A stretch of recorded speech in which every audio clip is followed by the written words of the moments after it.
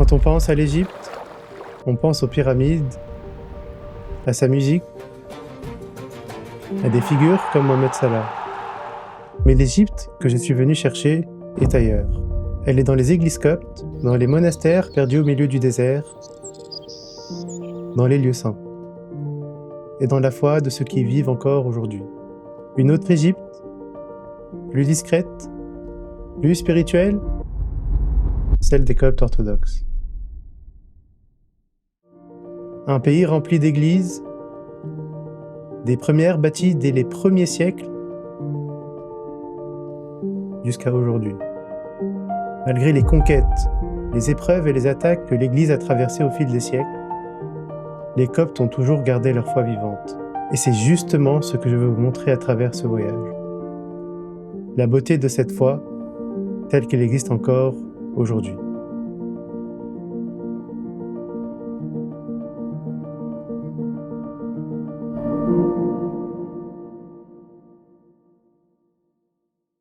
Moi, c'est Mathieu, et je suis copte orthodoxe. Et si vous vous demandez qui sont les Coptes, alors vous êtes au bon endroit. الحقيقة الإنسان عشان يكون قبطي كلمة قبطي أصلا يعني مسيحي، ولو رجعنا باللغة كلمة قبط أو قفط معناها مصر، فأي إنسان قبطي هو إنسان مصري. لكن بالنسبة لو حضرتك تقصد إن الإنسان المسيحي، فالإنسان المسيحي ده الموضوع بيبقى من وهو نونو صغير، يعني بيتعمد على اسم السيد المسيح وبيتغطس في المعمودية 3 مرات باسم الآب وباسم الابن وباسم الروح القدس. Il représente environ 20 à 25 millions de personnes à travers le pays. C'est l'un des peuples les plus anciens à avoir adapté le christianisme dans le monde. Mais parmi eux, certains n'y sont pas nés, ils ont choisi cette foi. C'est le cas de Théo.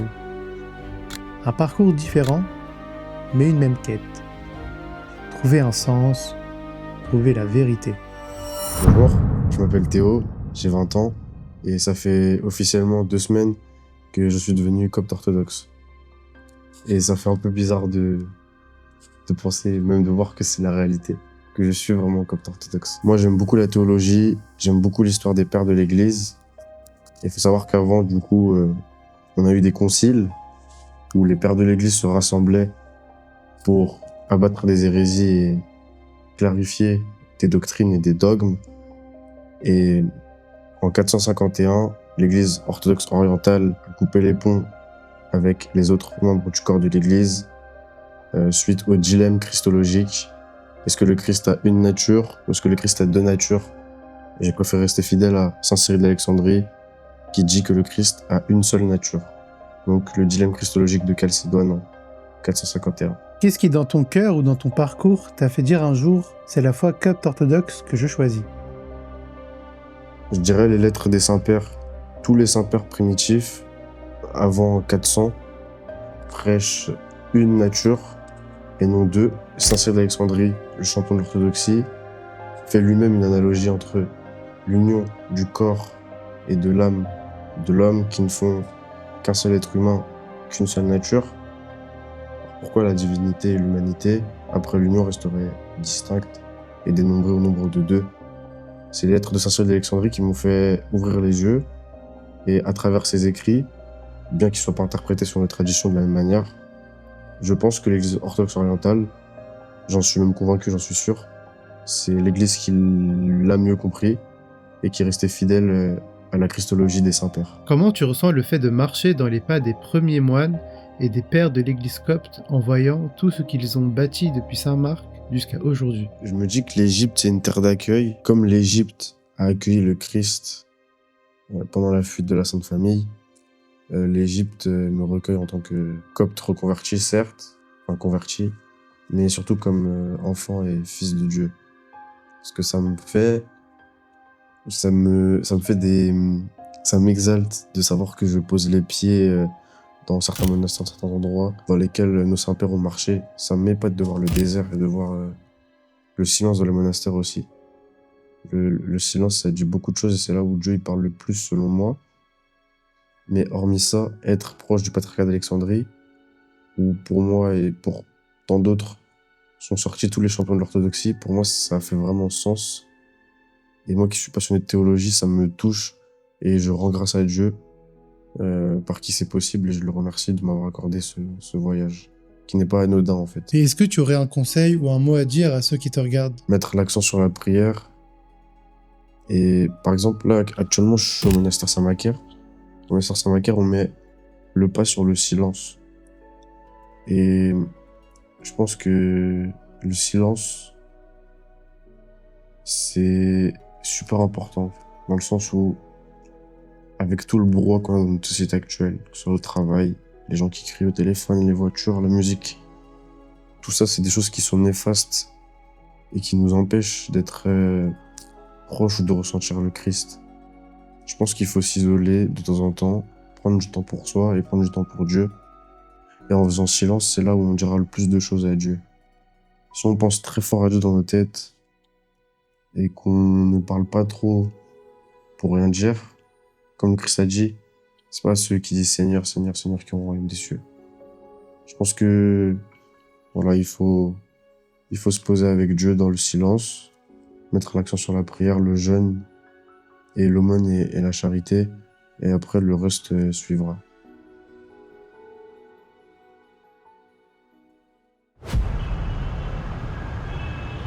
Selon la tradition, c'est saint Marc l'évangéliste qui a introduit le christianisme en Égypte à Alexandrie vers l'an 42. Auteur du second évangile, saint Marc arrive à Alexandrie à une époque où la ville est l'un des plus grands centres du monde antique. En prêchant le christianisme dans cette ville, devenue l'un des grands centres du christianisme de l'époque, il devient le premier patriarche d'Alexandrie. Le début d'une histoire qui continue encore aujourd'hui. Son martyre, survenu ici même en l'an 68, scelle définitivement son lien avec l'Égypte, faisant de lui le saint patron de l'Église copte orthodoxe. Une église qui conserve encore aujourd'hui son héritage spirituel et célèbre toujours la présence de ses reliques. Au cœur de la cathédrale Saint-Marc, là où tout a commencé. C'est ici que se trouve le siège historique du 118e pape copte orthodoxe, aujourd'hui pape Tawadros II. Bâtie sur le site de l'église, fondée selon la tradition par saint Marc, cette cathédrale est devenue l'un des lieux les plus importants du christianisme en Égypte. Au fil des siècles, elle traverse invasion, destruction et reconstruction. Des épreuves qui marquent profondément l'histoire de l'église copte. Elle abrite aujourd'hui la tête de saint Marc, tandis qu'une partie de ses reliques, emportées à Venise au IXe siècle, fut restituée à l'église copte en 1968 sous le 116e pape d'Alexandrie, pape Kyrillos VI. Entre sa reconstruction moderne et l'attentat de 2017 qui frappe le lieu en pleine célébration des Rameaux,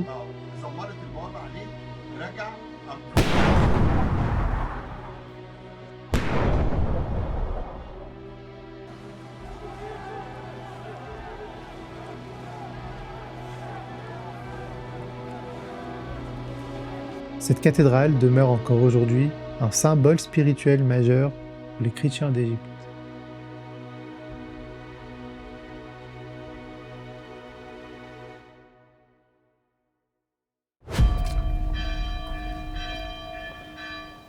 Le christianisme ne s'est pas seulement développé dans les villes. Certains ont choisi de s'en éloigner, de quitter le bruit, de quitter le confort, de quitter le monde, pour partir vivre ailleurs, dans le désert. Un lieu qui, pour beaucoup, évoque le vide, mais pour eux, c'était tout l'inverse. C'est ici, dans les déserts d'Égypte, qu'est née l'une des traditions qui allait marquer profondément l'histoire du christianisme, le monachisme. Et derrière cette histoire, un homme, saint Antoine le Grand. Né au IIIe siècle, il décide un jour de vendre tous ses biens et de quitter sa vie pour partir vivre seul dans le désert. Non pas pour fuir le monde, mais pour se rapprocher de Dieu. Son choix va inspirer des milliers de personnes après lui. Des hommes venus chercher le silence, la prière, une autre manière de vivre leur foi. Peu à peu, le monachisme se forme, et avec lui naissent les premiers monastères. Au milieu d'un désert qui semble vide, une nouvelle vie commence à naître. Une vie rythmée par la prière, le travail, le silence. Et encore aujourd'hui, Près de 17 siècles plus tard, cette vie continue. À travers l'Égypte, certains monastères sont toujours habités. Les siècles ont passé, les générations se sont succédées. Mais la quête, elle, est restée la même. Pourquoi quitter le monde? Pourquoi abandonner une vie ordinaire? Pourquoi choisir le silence? C'est ce que je voulais comprendre. Bonsoir Abouna, j'avais quelques questions pour vous. Oui, Mathieu, c'est très heureux de vous voir Merci Abouna. ici à notre monastère Baramos. La première, c'est pourquoi tu es devenu moine? في وجهة نظري ان الغرض من الرهبنة مش ان انا اعيش مع المسيح، لا، ما ممكن اعيش في المسيح وانا في العالم. الغرض من الرهبنة ان انا اتحد بالمسيح في 4 درجات في علاقة الانسان بالمسيح. اول درجة الايمان بالمسيح، ثاني درجة الثقة في المسيح، ثالث درجة ان انا اعمل علاقة شخصية مع المسيح، رابع درجة ان انا اتحد بالمسيح، ودي هي تعتبر اعلى درجة. فالغرض ان انا اترهبن ان انا اعمل اتحاد مع المسيح، ابقى انا والمسيح واحد. هو ده الغرض الرئيسي في وجهة نظر انا للراهب. Parce que j'aime servir pour tout le monde. C'est pourquoi c'est une occasion à moi de devenir moine pour être pour tout le monde. Les attaques du diable se multiplient-elles ou sont-elles juste plus perceptibles? الشيطان هو الشيطان، والكتاب المقدس قال إن هو كذاب وأبو الكذاب، وقال عليه من البدء كان قتال للناس.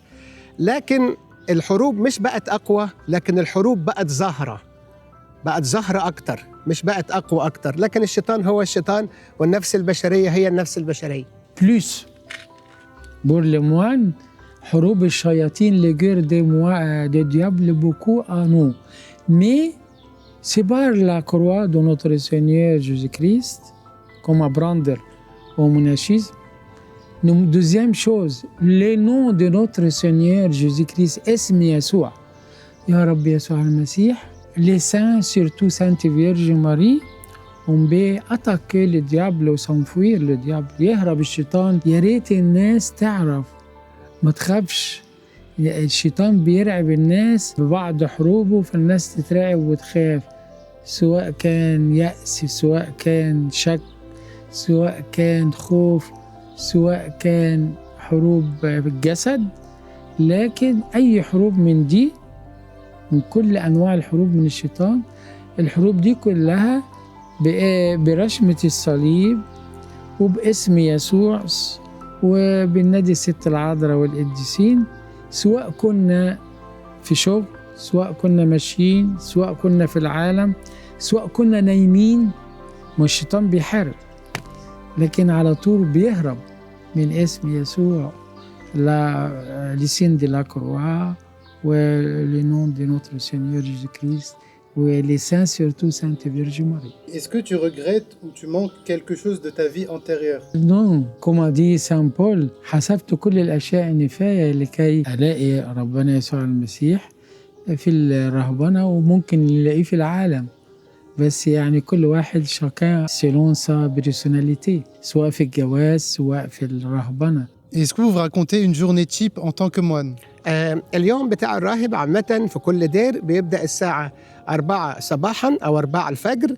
بنعمل التسبيحة، وبعد التسبيحة بيعمل القداس، وبعد ما بيصلي القداس بيروح يريح شوية، وبعدين بيصحى يقوم عشان الخدمة بتاعته. كل راهب هنا في الدير بيبقى له خدمة معينة. ممكن واحد يكون ماسك الزراعة، ممكن يكون واحد ماسك النجارة، لو دكتور ماسك العيادة، لو صيدلي ماسك الصيدلية. بعد كده هيبتدي يروح في حدود الساعة 1 بياكل وجبة الفطار، وبعدين يبتدي تاني شغل، وبعدين يبتدي صلاة الغروب مع اخواته الرهبان، وبعدين يبتدي يتأمل أو يبتدي يتمشى شوية، وبعدين يقرأ في الكتاب المقدس ويصلي صلواته ال7 من الأجبية، وبعد كده ينام. Quelle place occupent les Saintes Écritures dans votre quotidien? ده بص بقى، دي يعني أجمل حاجة في الرهبنة وأجمل حاجة في الحياة في العالم، إن الواحد يلاقي trouver le temps pour lire toute la Bible, soit Ancien Testament ou Nouveau Testament, plusieurs fois par un an. Trouver c'est التروزير الكنز اللي احنا بنتمتع فيه كلام المسيح للمجد. بيدي بيوريتي بور لو كور وبيدي لا جوا بور لو كور. تمتع سي المتعة بالمسيح للمجد dans la Bible. Merci beaucoup Abouna. De rien, de rien. Merci Mathieu. Merci Abouna. Merci Habib. Pourtant, même au cœur du désert, le monde n'est jamais très loin. Quelques jours seulement avant notre arrivée en Égypte, le 20 avril 2026, un conflit éclate dans la région du Fayoum. Les autorités égyptiennes lancent une opération de démolition sur des terres considérées par l'État comme publiques. Le monastère, lui, affirme les cultiver depuis de nombreuses années et avoir engagé des démarches pour régulariser leur statut. Les tensions dégénèrent, les affrontements éclatent. Plusieurs moines sont agressés, l'un d'eux est grièvement blessé. Des habitations sont détruites. Par hasard, nous sommes conduits sur place. Quelques jours seulement après les événements, au milieu du désert, là où les traces des destructions sont encore visibles, des murs éventrés, des bâtiments en ruine. Quelques semaines plus tard, alors que je termine ce documentaire, l'actualité rattrape une nouvelle fois ces lieux. Le 26 juin 2026, des hommes ouvrent le feu sur des moines du monastère de l'Archange Gabriel. L'un des moines est grièvement blessé. Hospitalisé, il subit plusieurs interventions chirurgicales. Selon plusieurs organisations coptes, les suspects auraient ensuite été remis en liberté. Deux événements à seulement quelques semaines d'intervalle.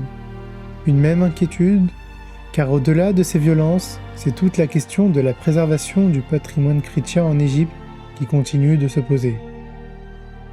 Depuis des siècles, les Coptes entretiennent églises, monastères et lieux de pèlerinage.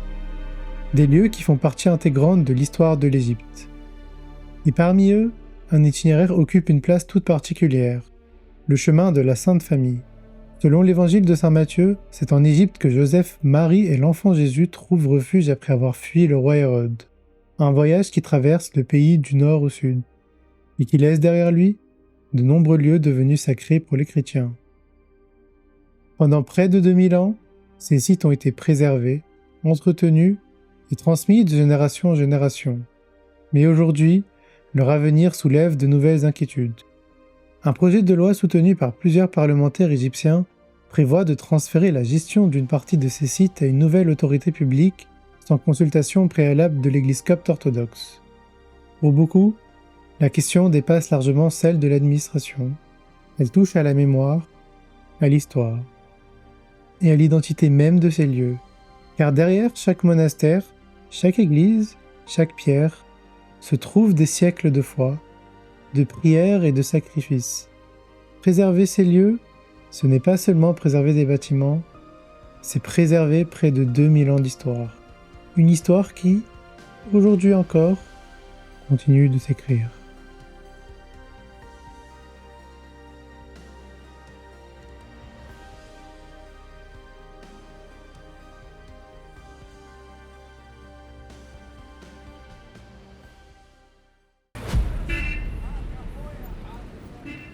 Mais au-delà de son histoire, l'Égypte copte est aussi une terre de pèlerinage. À travers tout le pays, des lieux continuent d'attirer chaque année des milliers de fidèles. Des lieux où la foi, les traditions et les témoignages se transmettent encore aujourd'hui. Parmi eux, une église est devenue célèbre bien au-delà des frontières de l'Égypte. L'église de la Vierge Marie de Zeytoun.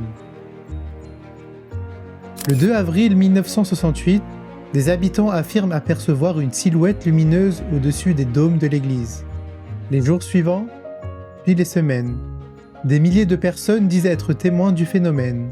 Des chrétiens, des musulmans, et même le président Gamal Abdel Nasser. Pendant près de 3 ans, les apparitions attirent des foules venues de tout le pays. Aujourd'hui encore, Zeytoun demeure l'un des lieux de pèlerinage les plus emblématiques d'Égypte. Et pour certains, ces événements continuent de nourrir leur foi.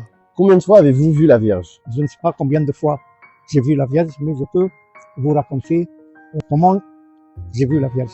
L'année 1968, j'étais obligé d'être à Alexandrie parce que c'était ma première année d'études de médecine. Et j'ai reçu de mon petit frère, il m'a envoyé une lettre et il m'a raconté qu'il a vu la Vierge, que tout le monde a vu la Vierge, que les voisins ont vu la Vierge, les musulmans ont vu la Vierge, les chrétiens ont vu la Vierge. Et il raconte plein de choses. Il me raconte que la Vierge continue à faire des apparitions dans notre église qui est tout près de notre maison à Zaytoun. Alors, je suis venu durant la semaine sainte, je suis venu spécialement pour voir la Vierge. Moi, durant toute cette semaine, j'ai rien vu. Samedi fin, j'ai assisté à la messe à l'église, à la messe de minuit, mais après la messe de minuit, j'ai pas quitté l'église. J'étais ici, mais j'étais sur le chemin ici, et j'ai resté toute la nuit jusqu'à 4h30 du matin. Alors je vois la grande coupole de cette église qui était remplie d'une lumière très vive, qui était répétée plusieurs fois pour quelques secondes. Et tout ce que j'avais vu, c'était que le dôme principal de l'église était rempli de lumière très vive, et tout ce que j'ai vu, comme s'il y a un cercle d'or autour de la tête de la Vierge et de l'enfant Jésus. Je suis retourné 2 semaines plus tard. Cette fois-ci, j'ai vu la Vierge durant 2 heures continuelles, pas pour 5 minutes. Elle était devant nous, elle était pleine de lumière, et elle était dans cette petite coupole au milieu. Elle sort de la fenêtre et elle bouge et elle bénit les gens. Si vous pouvez imaginer que presque chaque nuit, il y avait au moins 250 000 personnes autour de l'église. Au moment de l'apparition de la Vierge en 1968, mon oncle qui avait de l'asthme, il était tout petit. Il a vu une toute petite pigeon, une très belle pigeon qui était en train de se poser sur ses poitrines. Et le lendemain, il a demandé à mes grands-parents où elle vient cette pigeon. Je veux cette belle pigeon, où elle va. Et il était en train de chercher cette belle pigeon.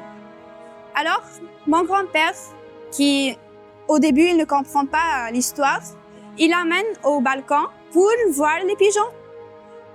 Mais mon oncle a dit non, c'est pas cette pigeon que j'ai vue.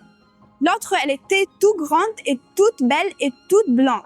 Je veux cette spécifique pigeon. Mon grand-père a compris que cette pigeon est la Vierge.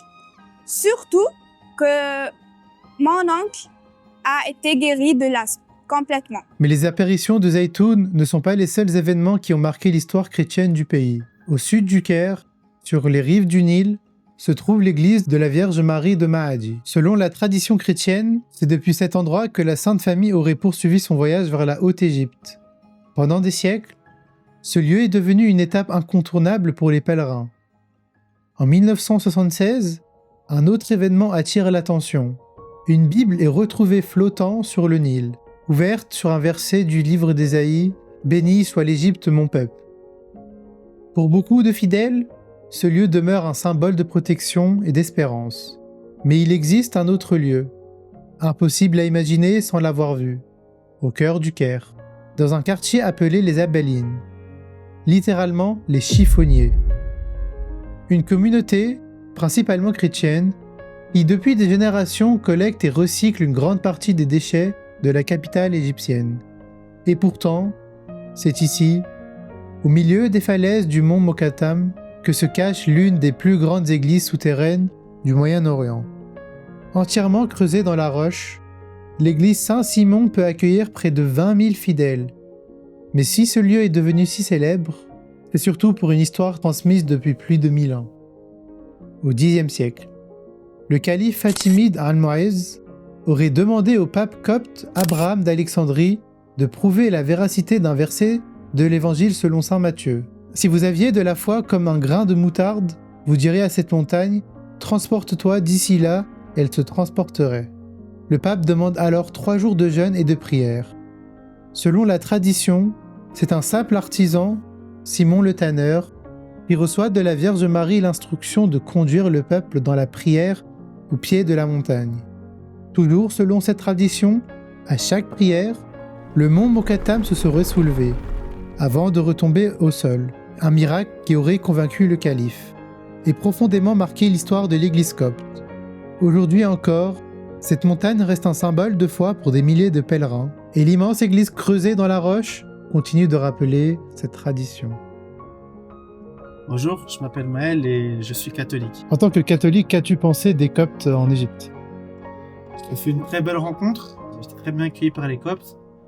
La tradition, leur liturgie est magnifique, la tradition est authentique, et ce que j'en pense des Coptes d'Égypte, c'est que c'est des frères avec qui j'aimerais passer encore beaucoup plus de temps. Je constate surtout le message d'amour et de paix, les bienfaits pour l'homme en général et le bienfait pour l'homme aussi dans son cœur. La foi apporte stabilité et repos. Et dans ce monde, on n'a jamais de repos. Est-ce que tu t'attendais à cette foi-là des Coptes en venant en Égypte? J'avais déjà un haute opinion des Coptes, donc oui, je m'attendais à un patrimoine. Je m'attendais à une foi ferme et prononcée. Après, ce qui m'a surpris, on va dire, c'est les différents siècles. Les différents siècles et l'histoire est représentée. C'est pas seulement une partie de l'histoire, donc le début qui est représenté à travers les églises, les peintures et fresques, mais on a de tout. On a du 15e siècle, on a du 5e siècle, on a du 10e. On a des choses beaucoup plus récentes aussi qui sont très belles. On a l'influence grecque. On a d'autres influences aussi parfois qui se ressentent dans le patrimoine, dans les murs des églises, dans les fresques, dans les choses, dans les langues. Et c'est là ma surprise.